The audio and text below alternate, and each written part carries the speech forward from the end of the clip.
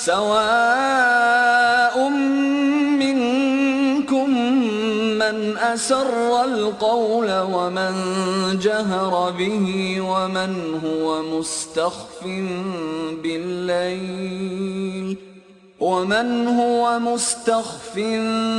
بالليل وسارب بالنهار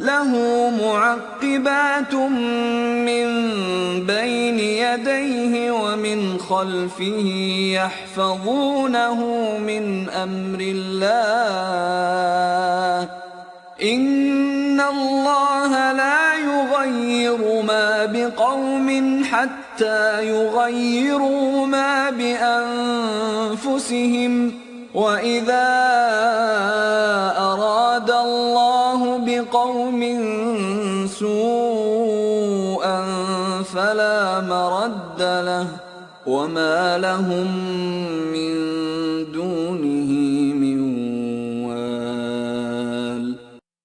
ہر انسان کو خدا کی ایسی قوتوں نے اپنے گھیرے میں لیا ہوا ہے جو اس کے ہر عمل کا پیچھا کر کے اس کے عمل کو نتیجہ خیز بناتی ہیں۔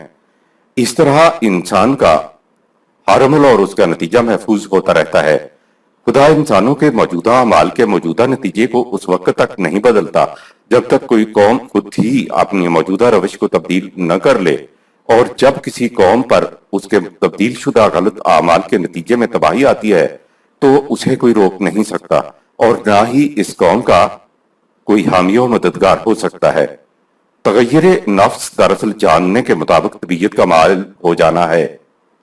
انسان کی موجودہ روش اور اس روش کے نتیجے میں اس سے سرزد ہونے والے اعمال دراصل نتیجہ ہوتے ہیں اس کے پوشیدہ خیالات، نفسیاتی میلانات، رجحانات، اس کی آرزوؤں، تمناؤں اور اس کے مقاصد و اہداف کے۔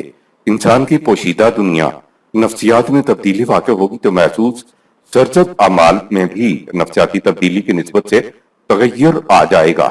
اس لیے خدا کسی قوم کی حالت کو اس وقت تک نہیں بدلتا جب تک وہ قوم خود اپنی نفسیاتی حالت کو نہ بدلے۔ اگر اندر خوشگواری ہے تو انسان کے اعمال اور اس کا نتیجہ بھی خوشگوار ہوگا، اور اگر اندر ناخوشگواری ہے تو اعمال اور اس کا نتیجہ بھی ناخوشگوار ہوگا۔ یہ یاد رہے کہ جو عمل قوانین خداوندی کے مطابق ہے وہ عمل اور اس کا نتیجہ خوشگوار ہوتا ہے۔ اس کے برعکس قوانین خداوندی کے خلاف اعمال اور ان کے نتائج ناخوشگوار ہوتے ہیں۔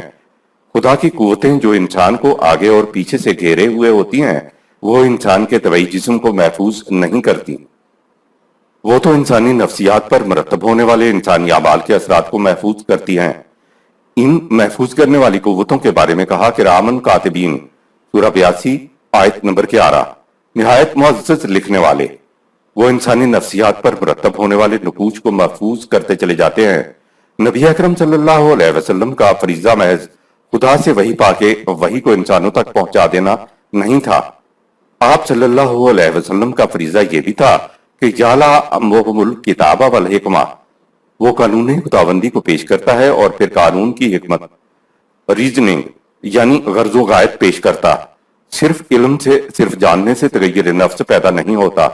تغیر نفس کے لیے کہا وَيُزَكِّيهِمْ، وہ سر چشمہ کا تزکیہ کرتا ہے، تغیر نفس کرتا ہے، جہاں سے خیالات ابھرتے ہیں، تزکیہ کے معنی نشو و نما کے ہیں۔ انسانی نفسیات میں صلاحیتیں خوابیدہ شکل میں موجود ہوتی ہیں۔ ان خوابیدہ صلاحیتوں کی اس طرح نشو و نما کرنا کہ وہ کردار کے ذریعے مشہود ہو جائیں، ایسا کرنے کو وَيُزَكِّيهِمْ کہتے ہیں۔ نبی اکرم صلی اللہ علیہ وسلم کا یہ فریضہ بھی تھا۔ آپ صلی اللہ علیہ وسلم کے بعد یہ فریضہ نظام خداوندی کے سربراہ کی طرف منتقل ہو گیا تھا۔ قانون کی اچھائیاں، خوبیاں انسان کے اندر داخل ہوں تو یہ جان لینا کہلاتا ہے، لیکن تعلیم کے مطابق، جاننے کے مطابق طبیعت کا ادھر آ جانا تغیر نفس ہے۔ اگر طبیعت جاننے کے مطابق عمل کرنے پر آمادہ ہو گئی ہے تو سمجھ لو کہ نفس میں تغیر آ گیا ہے۔ جانتا ہوں ثواب طاعت و زہد، پر طبیعت ادھر نہیں آتی۔ قوموں کی زبون حالی کو بدلنے کا واحد طریق نفسیاتی تبدیلی ہے۔ اس کے علاوہ کوئی دوسرا طریق شرک ہے، کفر ہے، خدا کے ساتھ اعلان جنگ ہے۔ قرآن نے ایک ہی طریقہ بتایا، اس کے لیے دوسرا طریقہ نہیں بتایا۔ قرآن کی صداقت پر ایمان کے مدعی قوم کا یہ سوچنا کہ مختلف طریقے ہو سکتے ہیں، یہ شرک ہے۔ شرک صرف بت پرستی کا ہی نام نہیں ہے۔ بت پرستی تو صرف جہالت ہے، یہ سوچنا کہ اس طریقے کے علاوہ اور طریقے بھی ہو سکتے ہیں، یہ شرک ہے۔ اور یہ کہنا کہ حالات کو تبدیل کرنے کا یہ طریق نہیں ہے، یہ کفر ہے۔ اس کفر کے بعد کوئی اور تدبیر اختیار کر لینا، یہ خدا کے خلاف اعلان جنگ ہے کہ تم کہتے ہو کہ حالات میں تبدیلی نہیں آ سکتی، ہم اس کے بغیر تبدیلی کر کے دکھائیں گے۔ اس سے بڑا کفر فرعونیت اور کوئی ہو نہیں سکتا۔ توحید صرف یہ ہے کہ خدا نے یہ کہا ہے کہ یہی ایک طریق ہے، کوئی اور دوسرا طریق نہیں ہے۔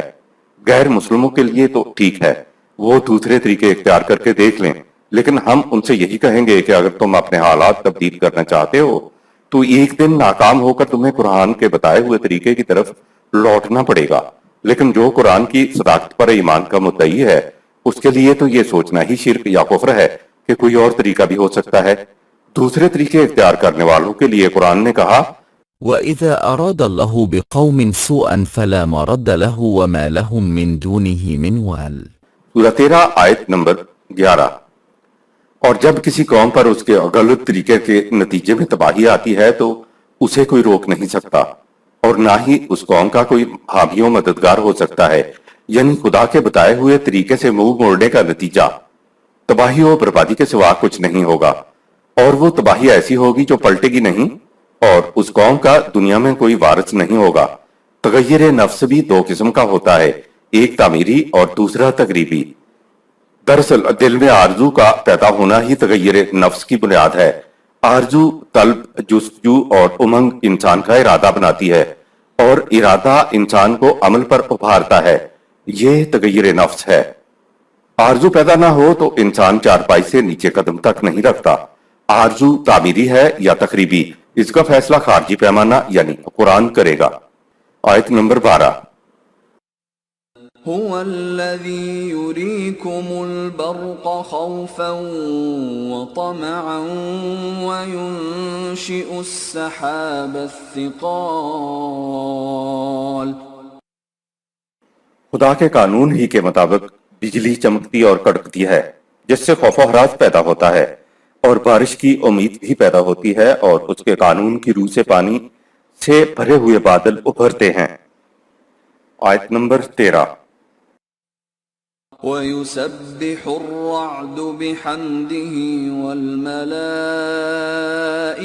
مِنْ خِيفَتِهِ وَيُرْسِلُ الصَّوَاعِقَ فَيُصِيبُ بِهَا مَن يَشَاءُ وَهُمْ يُجَادِلُونَ فِي اللَّهِ وَهُوَ شَدِيدُ الْمِحَالِ۔ بادلوں کی گرج بلکہ تمام کائناتی قوتیں قانون خداوندی کے مطابق انسانوں کی زبان میں یوں سمجھو کہ جیسے وہ ہیبت خداوندی سے لرزتے ہوئے اپنے اپنے فرائض سر انجام دے رہی ہیں، تاکہ خدا کی ربوبیت عامہ دیکھ کر انسان کی زبان پر بے ساختہ کلمات تحسین آ جائیں۔ وہ کڑک اور چمک والے بادلوں کو اپنے قانون مشیت کے مطابق بارش برسانے کے لیے بھیجتا ہے، طبعی قانون کی محسوس ہماگیری دیکھنے کے باوجود بھی یہ تجھ سے وحی پر مبنی قوانین کے بارے میں بحث کرتے ہیں اور نہیں سمجھتے کہ قوانین خداوندی انسانی دنیا میں کس قدر سختی سے مواخذہ کرنے والے ہیں۔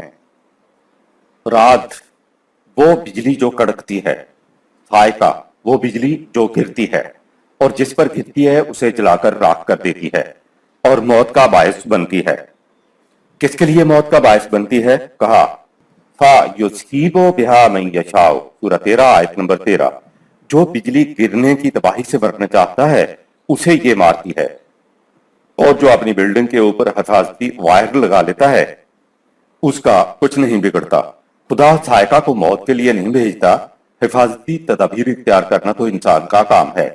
یہ قوتیں تو خدا کے تجویز کرتا پروگرام کو وجہ حمد و ستائش بنانے کے لیے کام کرتی ہیں۔ کائناتی قوتوں میں حکم عدولی کی صلاحیت نہیں ہوتی، اس لیے خوف سے لرزہ براندام ہونے کا تو سوال ہی نہیں پیدا ہوتا۔ انسانوں کے سمجھانے کے لیے کہا کہ وہ اپنے فرائض کی تکمیل میں ایسے سرگرم رہتے ہیں گویا کہ وہ قانون خداوندی کے خوف سے لرزہ براندام ہوں۔ مروجہ تسبیح یعنی پھیرنے والی تسبیح ظہور اسلام کے صدیوں بعد مسلمانوں میں آئی۔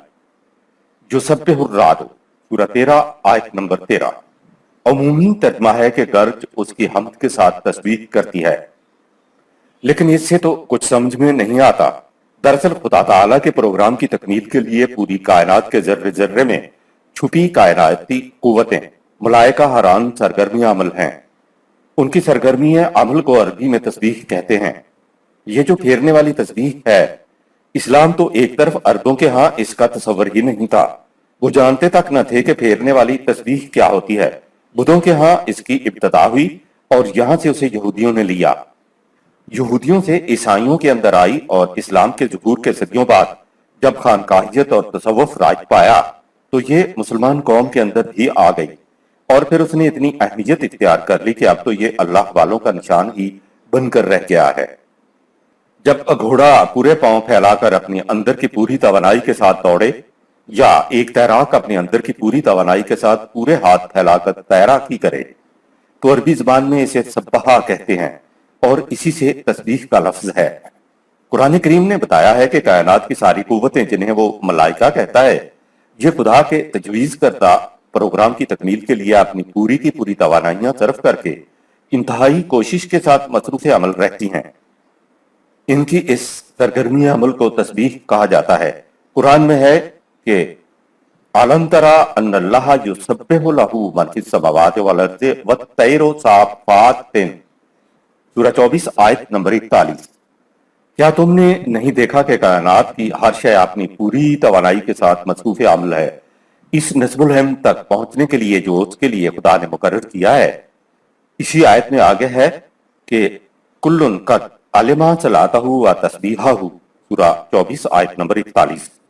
ان میں سے ہر شے اپنی صلاۃ، زندگی بسر کرنے کے طور طریقوں کو بھی جانتی ہے، اپنی تسبیح سرگرمی عمل کو بھی جانتی ہے۔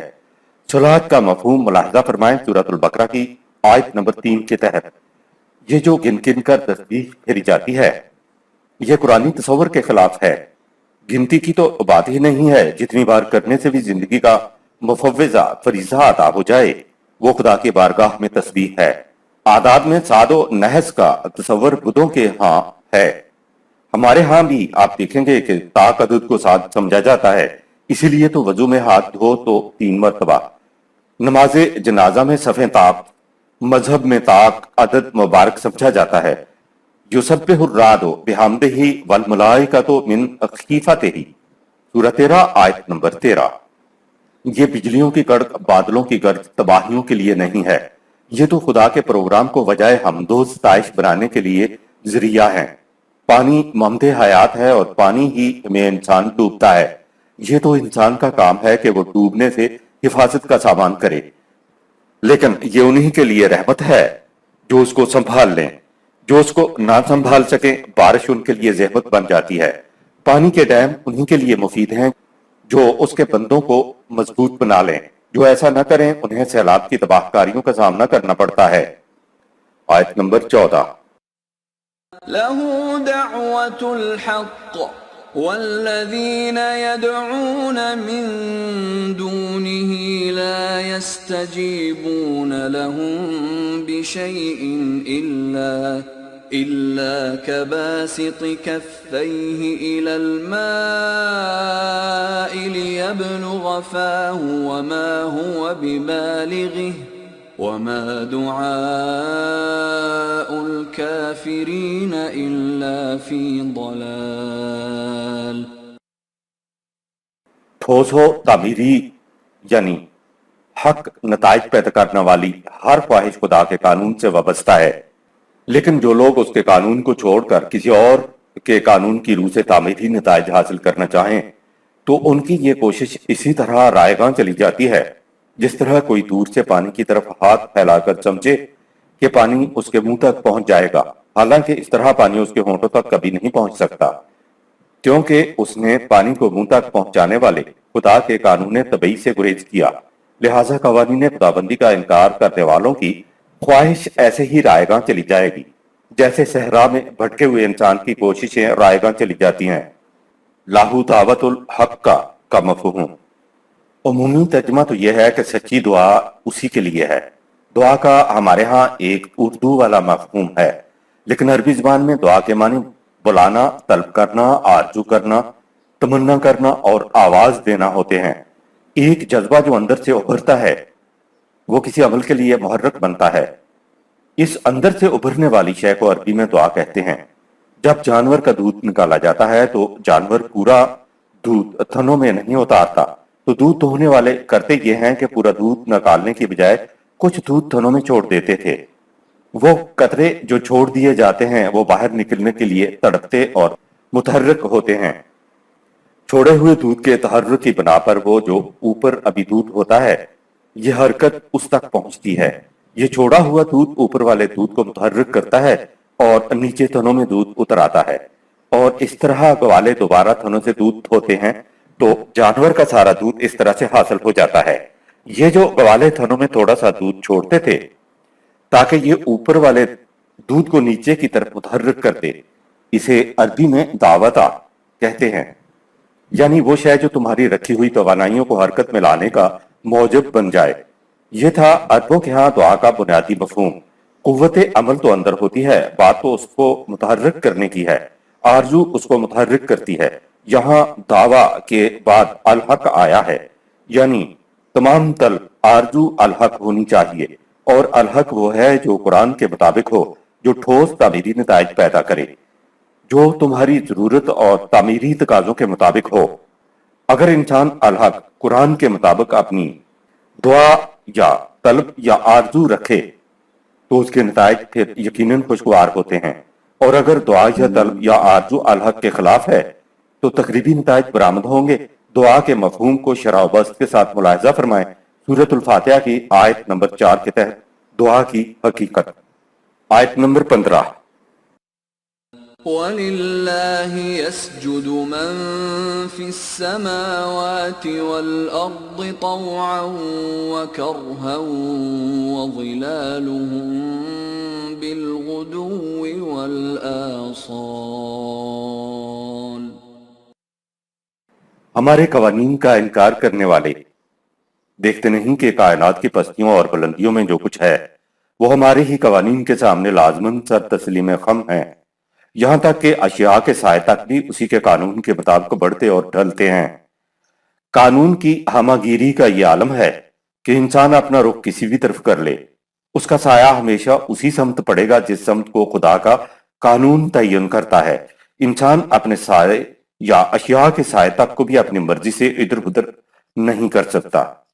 ان سے پوچھو کہ سائے کی سمت اٹل کیوں ہے تو کہہ دیں گے کہ اللہ کے قانون کے مطابق ایسا ہے، مگر انسان کی ذات کی زندگی میں خدا کے قانون کی ہمگیری سے انکار کرتے ہیں۔ یہی تو دراصل کفر ہے۔ توان کے معنی ہے رضامندی کے ساتھ کسی کام کو کرنا، اور کرہن کے معنی ہے کسی کام کو مجبوری سے کرنا۔ کائنات کی اشیاء بطیب خاطر قوانین خداوندی کے مطابق زندگی بسر کرتی ہیں۔ کرہن اس لیے آیا ہے کہ انہیں اپنی مرضی سے زندگی بسر کرنے کی اجازت ہی نہیں ہے۔ گویا توان و کرہن کے الفاظ محاورتاً بولے جاتے ہیں، جس کا مطلب یہ ہے کہ جو کام ذمہ لگایا گیا ہے اس کو لازمی طور پر کرنا ہے۔ آیت نمبر 16۔ قل من رب السماوات والأرض قل الله قل أفاتخذتم من دونه أولياء لا يملكون لأنفسهم نفعا ولا ضرا قل هل يستوي الأعمى والبصير أم هل تستوي الظلمات والنور أم جعلوا لله شركاء خلقوا كخلقه فتشابه الخلق عليهم قل الله خالق كل شيء وهو الواحد القهار۔ ان سے پوچھو کائنات میں کس کا قانون کار فرما ہے؟ جس طرح تم کہتے ہو اسی طرح یہ بھی کہہ دیں گے کہ وہاں اللہ ہی کا قانون نافذ العمل ہے۔ جب یہ کائنات میں خدا کے طبعی قانون کی کار فرمائی کو تسلیم کرتے ہیں تو ان سے پوچھو انسانی دنیا میں اس کے قوانین کو چھوڑ کر دوسری قوتوں کو کیوں کارساز بناتے ہو، حالانکہ یہ خود اپنی ذات کے لیے بھی نفع اور نقصان کی قدرت نہیں رکھتے؟ اور پوچھو کیا اندھا اور دیکھنے والا دونوں برابر ہو سکتے ہیں، یا روشنی اور تاریکی دونوں برابر ہو جائیں گی؟ یا ان سے پوچھو جنہیں تم نے خدا کا شریک ٹھہرا رکھا ہے، کیا انہوں نے بھی خدا کی مخلوق کی طرح کوئی مخلوق پیدا کی ہے جس کی وجہ سے انہیں شبہ لاحق ہو گیا ہے کہ خدا تخلیق میں اکیلا نہیں ہے؟ ان کو بتا دو ہر چیز کا خالق خدا ہے، وہ بے مثل و یگانہ ہے اور تمام قوتوں کا واحد مالک اور سب پر غالب ہے۔ کائنات میں اللہ کو تسلیم کرنا لیکن انسانی دنیا میں خدا کے قوانین کے مطابق زندگی بسر نہ کرنا خدا پر ایمان نہیں ہے۔ یہ کہہ دینا کہ کائنات میں اللہ کا قانون کار فرما ہے تو یہ خدا پر ایمان نہیں ہے جب تک انسان اپنی دنیا میں بھی قوانین خداوندی کو نافذ کر کے ان کے مطابق اپنی زندگی بسر نہ کرے۔ یہی بات دوسرے مقام پہ ذرا تفصیل سے ہے کہ ان سے پوچھو کہ بتاؤ یہ زمین اور جو کچھ اس میں ہے وہ کس کی ملکیت ہے، تو یہ کہہ دیں گے کہ یہ اللہ کے ہیں۔ سورہ 23 آیات 84 تا 95۔ آگے ہے پھر ان سے پوچھو کہ ان مختلف اجرام فلکی کو نشو و نما دینے والا کون ہے، اور کون ہے جس کے ہاتھ میں ساری کائنات کی ربوبیت کا مرکزی کنٹرول ہے، تو یہ کہہ دیں گے کہ ربوبیت کرنے والا اللہ ہے۔ سورہ 23 آیت نمبر 86-87۔ آگے ہے ان سے پوچھو کہ اگر تم جانتے ہو تو بتاؤ کہ وہ کون ہے جس کا اقتدار ساری کائنات پر ہے، ایسا اقتدار کہ جو اس کے قوانین کی پناہ میں آ جائے اسے کوئی نقصان نہیں پہنچا سکتا، لیکن جو اس کے قوانین سے سرکشی اختیار کر لے تو اسے کائنات میں کوئی پناہ نہیں دے سکتا، تو یہ کہہ دیں گے کہ یہ سب خدا ہی کے اختیار میں ہے۔ ان سے پوچھو کہ جب تم اقرار کرتے ہو کہ کائنات قوانین خداوندی کے مطابق چل رہی ہے تو تمہیں دھوکہ کہاں لگ رہا ہے کہ تم انسانی دنیا میں قوانین خداوندی کو تسلیم نہیں کرتے اور ان کے مطابق اپنی زندگی بسر نہیں کرتے۔ سورہ 23 آیات 88-89۔ آگے ہے بات یہ نہیں ہے کہ انہیں دھوکہ لگا ہے، بلکہ اصل بات یہ ہے کہ ہم ان کے پاس ضابطۂ قوانین لائے ہیں جو سر تسر حق و صداقت پر مبنی ہے۔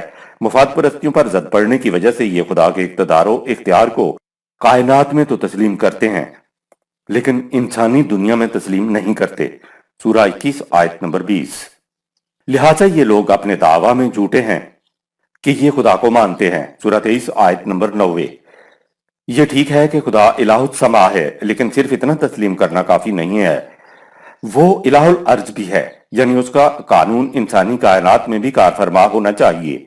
گویا طبعی قانون اور اخلاقی قوانین جو اب قرآن میں ہیں، ان دونوں کو تسلیم کرنا اور زندگی میں ان دونوں کو ساتھ ساتھ لے کر چلنے کا نام اللہ پر ایمان ہے۔ طبعی قوانین تو اپنے آپ کو خود منوا لیتے ہیں، دراصل سوال وہی پر ایمان اور اس کے مطابق زندگی بسر کرنے کا ہے۔ یہ ہے خدا پر ایمان۔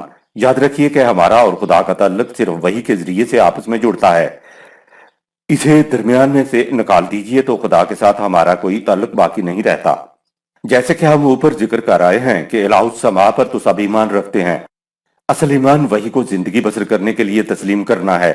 جو شخص اپنے ساختہ یا دوسرے انسانوں کے ساختہ قوانین کے مطابق زندگی بسر کرتا ہے تو اس کا مطلب یہ ہے کہ وہ خدا کو الہ الارض تسلیم نہیں کرتا، اس لیے اس کے ایمان کو قرآن خدا پہ ایمان تسلیم نہیں کرتا۔ آیت نمبر 17۔ أنزل من السماء ماء فسالت أودية بقدرها فاحتمل السيل زبدا رابيا ومما يوقدون عليه في النار ابتغاء حلية أو متاع زبد مثله كذلك يضرب الله الحق والباطل فأما الزبد فيذهب جفاء وأما ما ينفع الناس فيمكث في الأرض كذلك يضرب الله الأمثال۔ حق و باطل کے قانون کشمکش کی کارفرمائی کو مثال کے طور پر یوں سمجھو کہ بادلوں سے پانی برستا ہے تو ندی نالے اپنی اپنی گنجائش کے مطابق بہہ نکلتے ہیں۔ زمین کا بہل کچیل باطل جھاگ بن کر پانی کی سطح پر آ جاتا ہے تو سیلاب کا بہاؤ اسے بہا کر لے جاتا ہے اور زمین یعنی حق صاف ستھری رہ جاتی ہے۔ یا یوں سمجھو کہ جب دھات کو آگ میں تپایا جاتا ہے تاکہ اس سے زیورات یا دیگر ضروریات کی چیزیں بنائی جائیں تو اس کا کھوٹ باطل جھاگ بن کر اوپر آ جاتا ہے اور خالص دھات یعنی حق نیچے رہ جاتا ہے۔ بالکل اسی طرح ہمارے قانون کشمکش کے مطابق تعمیری اور تخریبی قوتیں آپس میں ٹکراتی رہتی ہیں تو تخریبی قوتیں باطل جھاگ کی طرح رائیگاں چلی جاتی ہیں اور جو کچھ انسان کے لیے نفع بخش حق ہوتا ہے وہ زمین میں برقرار رہتا ہے۔ یہ ہے تمثیلی انداز میں اللہ کا قانون محو ثبات۔ مسئلہ خیر و شر۔ فلسفہ کی زبان میں سینٹ تھامس کا معمہ یہ ہے کہ اگر شر خدا کا پیدا کردہ ہے اور یہ اس کی مرضی سے کار فرما ہے تو خدا خیر مطلق نہیں ہے، اور اگر خدا کی مرضی نہ ہونے کے باوجود شر سرگرم ہے تو خدا قادر مطلق نہیں ہے۔ اب ہم خیر و شر کے صحیح مفہوم کو سمجھتے ہیں۔ کائنات میں سلسلہ ارتقاء جاری و ساری ہے، اس کے تحت زندگی جس مرحلے میں ہے اس کا ٹکراؤ مخالف قوتوں سے ہوتا ہے۔ اگر اس نو میں آگے بڑھنے کی صلاحیت اور قوت موجود ہے تو وہ مخالف باطل قوت پر قابو پا کر آگے بڑھ جاتی ہے، اور اگر ایسی قوت نہیں ہے تو وہ مخالف قوت سے مغلوب ہو کر معدوم ہو جاتی ہے۔ اگر مخالف قوت سے اس کا ٹکراؤ نہیں ہوتا تو وہ جامد ہو جاتی ہیں۔ قرآن نے شر یا تخریبی قوتوں کو ابلیس یا شیطان کی اصطلاح سے تعبیر کیا ہے۔ شیطان کے معنی ہے رکاوٹ پیدا کرنے والا۔ جب تک زندگی طبعی پیکروں میں تھی، زندگی کو طبعی موانعات کا مقابلہ کرنا ہوتا تھا جو زندگی کے لیے شیطان کا درجہ رکھتے تھے۔ اس طرح طبعی زندگی آگے بڑھتی رہی، لیکن جب زندگیوں میں سے زندگی کی ایک شاخ کو خدا نے غیر مرئی ذات سے نوازا تو اب اس زندگی کی شاخ میں ارتقاء غیر مرئی ذات میں ہونا قرار پایا۔ زندگی کے اس شاخ کو نوع انسانی کہتے ہیں کیونکہ طبعی موانعات کو خدا نے انسان کے لیے مسخر کر دیا ہوا ہے، اور ارتقاء کے لیے ٹکراؤ اور کشمکش کی ضرورت بھی ہوتی ہے۔ تو خدا نے غیر مرئی ذات کے ارتقاء کے لیے غیر مرئی مخالف قوتوں، شیطان یا ابلیس جو کہ خود انسان کے اپنے ہی خود سرو بے باک جذبات ہیں، کو پیدا کیا تاکہ موت کے بعد انسانی ذات ارتقائی مراحل طے کر کے زندگی کے اگلے مگر بہتر مرحلے میں داخل ہو سکے۔ یاد رکھیے زندگی کے فروغ اور ارتقاء کے لیے تصادم اتنا ہی ضروری ہے جتنا کہ زندگی کے لیے پانی۔ لہٰذا مومن وہی ہے جو اپنے شیطان یعنی ذات کے مفادات سے ٹکرانے والے موانعات کو مغلوب کر لے۔ دراصل جو شخص انسانی مستقل اقدار پر ایمان رکھتا ہے اس کے نزدیک خیر و شر کا پیمانہ اس شخص سے مختلف ہوگا جو مستقل اقدار پر ایمان نہیں رکھتا۔ اللہ تعالیٰ نے کائنات اور اس کی اشیاء میں قوتیں پیدا کیں اور انسان کو صلاحیتیں عطا کیں کہ ان قوتوں کو مغلوب کر لے، اور پھر ان صلاحیتوں اور قوتوں کو مغلوب یا تسخیر کرنے کے بعد جس مقصد کے لیے چاہے اپنے اختیار و ارادہ کے مطابق استعمال کرے۔ اگر وہ ان قوتوں کو، جن میں اس کی اپنی قوتیں اور صلاحیتیں بھی شامل ہیں، کو وحی خداوندی کی روشنی میں تعمیری مقاصد کے لیے صرف کرتا ہے تو یہ قوتیں اور اس کی اپنی صلاحیتیں خیر بن جاتی ہیں اور انسان کا ہر عمل عمل خیر ہوتا ہے۔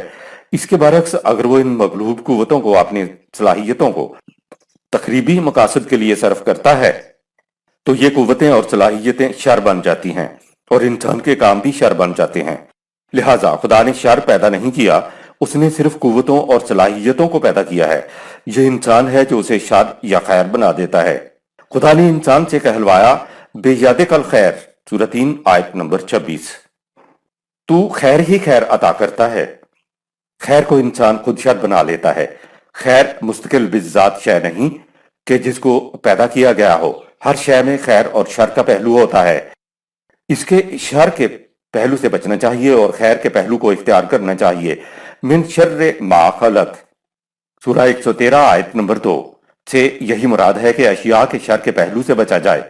پانی کشتی کے نیچے رہے تو خیر ہے، اور اگر پانی کشتی میں داخل ہو جائے تو شر ہے۔ آیت کے آخر میں خدا نے دین کو ملخص انداز میں بیان کر دیا کہ وَأَمَّا مَا يَنْفَعُ النَّاسَ فَيَمْكُثُ فِي الْأَرْضِ، سورہ 13 آیت نمبر 17۔ بقا صرف اس عمل کے لیے ہے جو تمام نوع انسانی کے لیے منفعت بخش ہے۔ جس قدر کوئی نظریہ، کوئی نظام، کوئی عمل نوع انسان کے لیے منفعت کا باعث ہے، اسی قدر اس میں باقی رہنے کی صلاحیت ہے۔ بقا اسی کے لیے ہے۔ یہ ایک ایسی کسوٹی ہے جس سے پرکھ ہو جاتی ہے کہ انسان کے کون کون سے اعمال صالحہ حسنہ باعث ثواب یعنی خیر ہیں، وہ وہی ہیں جو دوسرے انسانوں کے لیے نفع بخش ہیں۔ بقا سے مراد یہ ہے کہ ان کے نتائج اس زندگی میں بھی موجب بقا ہیں اور اگلی زندگی میں بھی باقی رہنے والے ہیں۔ ما ینفع الناس سے مراد کسی خاندان کی، کسی خاص قبیلے، کسی خاص برادری یا کسی قوم کی نفع بخشی نہیں ہے، بلکہ عالمگیر انسانیت کے لیے نفع بخشی مراد ہے۔ یہ ہے دین کا مقصود و مدعا، یہ ہے اسلامی نظام کے قیام کی ضرورت، اور یہ ہے اسلامی مملکت کی تشکیل کی وجہ جواز، اور یہ ہے امت مسلمہ کی بعثت کی غرض و غایت۔ مومنین کے لیے شیطان خیر ہے اور غیر مومنین کے لیے شیطان شر ہے۔ مغربی سیاستدانوں نے قانون ارتقاء بقا للاصلاح، سروائیول آف دا فٹسٹ بتایا ہے، یعنی بقا اسی کے لیے ہے جس میں صلاحیت ہے۔ اگر قرآن نے وہ اصول بقا للانفع، سروائیول آف بینیفیشنٹ بتایا، یعنی بقا انسانیت کی منفعات میں ہے، اصلحہ فٹسٹ اپنی ذات کے لیے ہوتا ہے، اور انفع بینیفیشنٹ عالمگیر انسانیت کے لیے ہوتا ہے۔ زندگی کے طبعی مرحلے میں ارتقاء کے طبعی موانعات کی ضرورت ہوتی ہے۔ اگر طبعی موانعات نہ ہوتے تو زندگیاں پروان نہ چڑھ سکتی، کیونکہ ارتقاء کے لیے موانعات کی اشد ضرورت ہوتی ہے۔ اب جبکہ انسانی زندگی کو غیر مرئی ذات عطا ہوئی تو غیر طبعی ذات کے ارتقاء کے لیے غیر طبعی موانعات کی بھی ضرورت تھی۔ خدا نے انسان کو ذات عطا کرنے کے ساتھ ہی طبعی موانعات کو تو انسان کے لیے مسخر کر دیا ہے، اور انسانی ذات کے ارتقاء کے لیے خدا نے شیطان کی صورت میں غیر مرئی موانعات کا انتظام بھی کر دیا تاکہ انسانی ذات ارتقائی مراحل طے کر سکے۔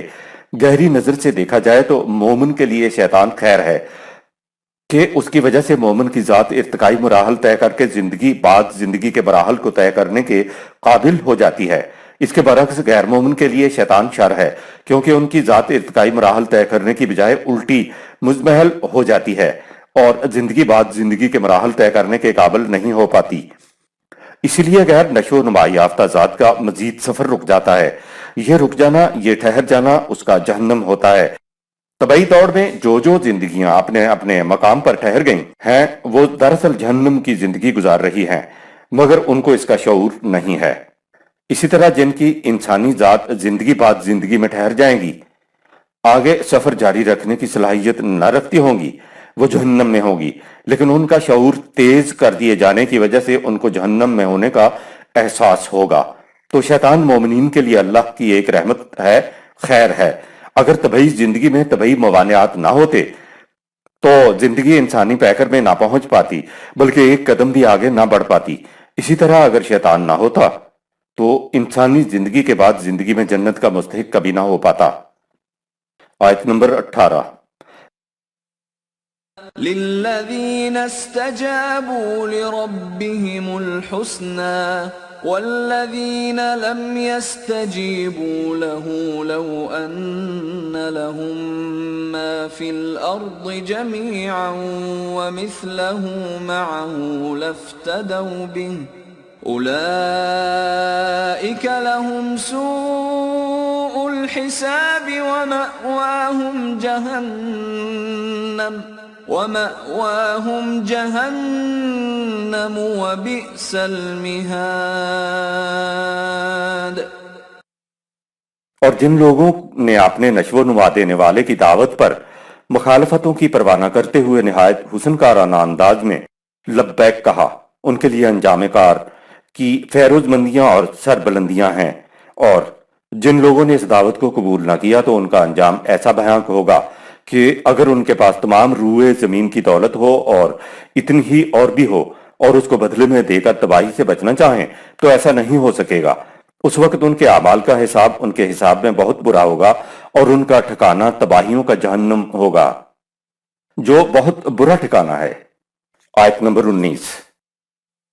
أَفَمَن يَعْلَمُ أَنَّمَا أُنزِلَ إِلَيْكَ مِن رَّبِّكَ الْحَقُّ كَمَنْ هُوَ أَعْمَى إِنَّمَا يَتَذَكَّرُ أُولُو الْأَلْبَابِ۔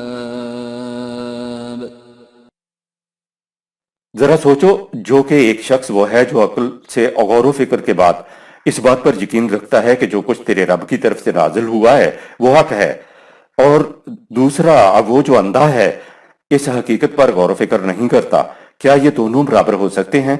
ایسی مثالوں سے انہی لوگوں کے سامنے حقیقت آ سکتی ہے جو عقل و فکر سے کام لیں۔ یوں تو قرآن نے یاقلون، یعلمون، یشعرون، یتفکرون اور یوقنون وغیرہ بھی کہا ہے، لیکن جس مقام پر زور دینے کی ضرورت ہوتی ہے وہاں قرآن اولو الالباب کہتا ہے، اور اس کے معنی ہے عقل کا نچوڑ۔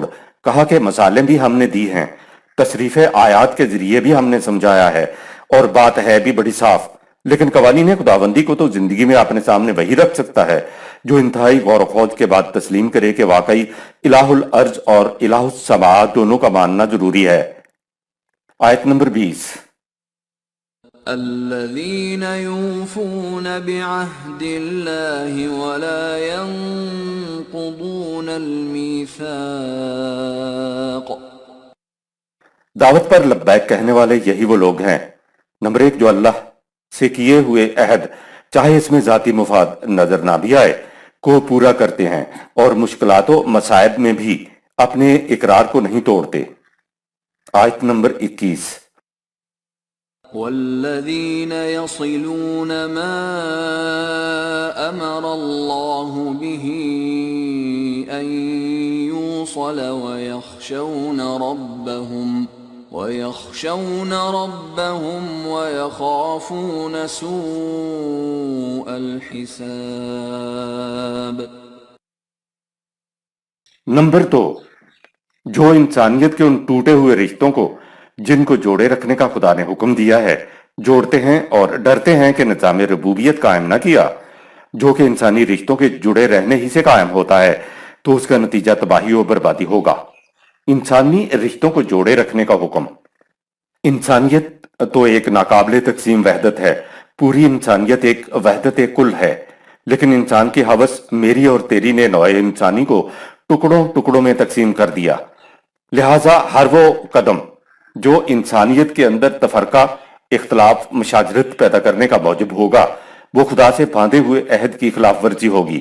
فاسقین اور مفسدین جیسا کردار رکھنے والے چاہے وہ کسی سیاسی اور مذہبی گروہوں سے تعلق رکھتے ہوں، وہ ان انسانی رشتوں کو توڑتے ہیں جن کو جوڑنے کا خدا نے حکم دیا ہے۔ سورہ 2 آیت نمبر 27۔ اس کے برعکس منشاء خداوندی یہ ہے کہ تمام نوع انسان ایک عالمگیر برادری کی شکل میں مربوط ہو جائیں۔ ابتدا میں انسان ایک امت، ایک برادری کی شکل میں رہتے تھے، پھر ان میں اختلاف پیدا ہو گئے تو وہ مختلف قبائل، مختلف اقوام اور پھر قوم کے اندر مختلف ذاتیں، برادریاں، مذہبی فرقے اور سیاسی پارٹیوں میں بٹ گئے۔ وہی خداوندی کا مقصد نوع انسان کے لیے ان تمام تفرقات کو مٹا کر پھر سے ایک عالمگیر برادری کی شکل میں ایک امت واحدہ بنانا تھا۔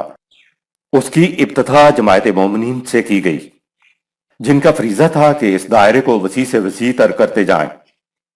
یہی اسلام کا منتہا اور دین کی غایت تھی، لیکن امت خود فرقوں، برادریوں اور پارٹیوں میں بٹ گئی۔ قرآن نے فرقہ بندی کو شرک قرار دیا ہے۔ سورہ 30 آیت نمبر 31-32۔ سو جو قوم خود شرک میں مبتلا ہو وہ وحدت انسانیت کی علم بردار کیسے بن سکتی ہے؟ یاد رکھیے اسلام انسانیت کے رشتے سے جڑے رہنے کا نام ہے، توڑنے کا نام نہیں ہے۔ بلا لحاظ رنگ و نسل، زبان، وطن، صرف ایمان کے اشتراک سے ایک عالمگیر انسانی برادری کی تشکیل ہو سکتی ہے۔ ایسا ہونے میں نہ جانے کتنا وقت لگے مگر ہو کر رہے گا۔ ابتدا تو بہرحال ایک جماعت سے کرنا ہوگی، فرقہ بندی کو ختم کرنا ہوگا، حبل اللہ قرآن کو اطاعت کے لیے مضبوطی کے ساتھ تھامنا ہوگا۔ اس کا عملی پروگرام یعنی نظام صلاۃ اور نظام زکوٰۃ، نظام ربوبیت کو قائم کرنا ہوگا۔ صدق اللہ العظیم۔